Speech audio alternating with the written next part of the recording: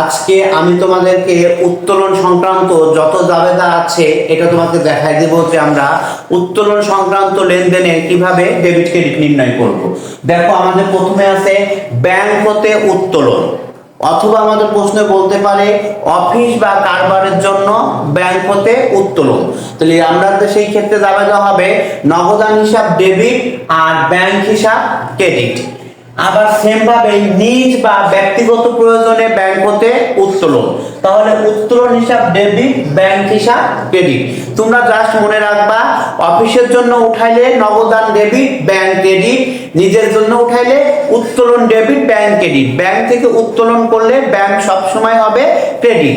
এরপরে আমরা আসি আমাদের কারবার বা ব্যবসা হতে উত্তোলন, অথবা এটার আরেকটা নাম থাকতে পারে আয়কর বা জীবন বীমার প্রিমিয়াম প্রদান। তাহলে সেই ক্ষেত্রে আমাদের হবে উত্তোলন হিসাব ডেবিট আর নগদান হিসাব হবে ক্রেডিট। এছাড়াও আমাদের আরো রয়েছে যে পণ্য উত্তোলন। পণ্য উত্তোলন করলে আমাদের যাবে যেটা হবে হচ্ছে উত্তোলন হিসাব ডেবিট আর ক্রয় হিসাব ক্রেডিট। পণ্য উত্তোলন করলে উত্তোলন হিসাব ডেবিট,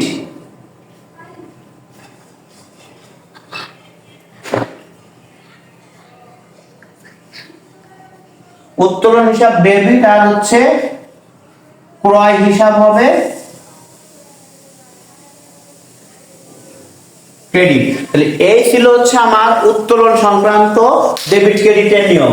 মাথায় তোমরা একটু মনে রাখবা, ব্যাংক থেকে উত্তোলন করলে ব্যাংকটাকে করবা ক্রেডিট, আর যদি আমরা অফিস বা কারবার থেকে করি তাহলে সেই ক্ষেত্রে হবে নগদান হিসাব ক্রেডিট।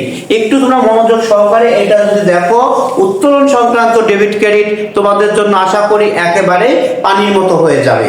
আমার জাবেদা ক্লাসটা কিন্তু প্রায় শেষ হয়ে গেছে। এখন তোমরা মনোযোগ সহকারে আমি যতগুলো ডেবিট ক্রেডিট করিয়েছি খাতায় সুন্দরভাবে নোট করে ফেলবে। নেক্সট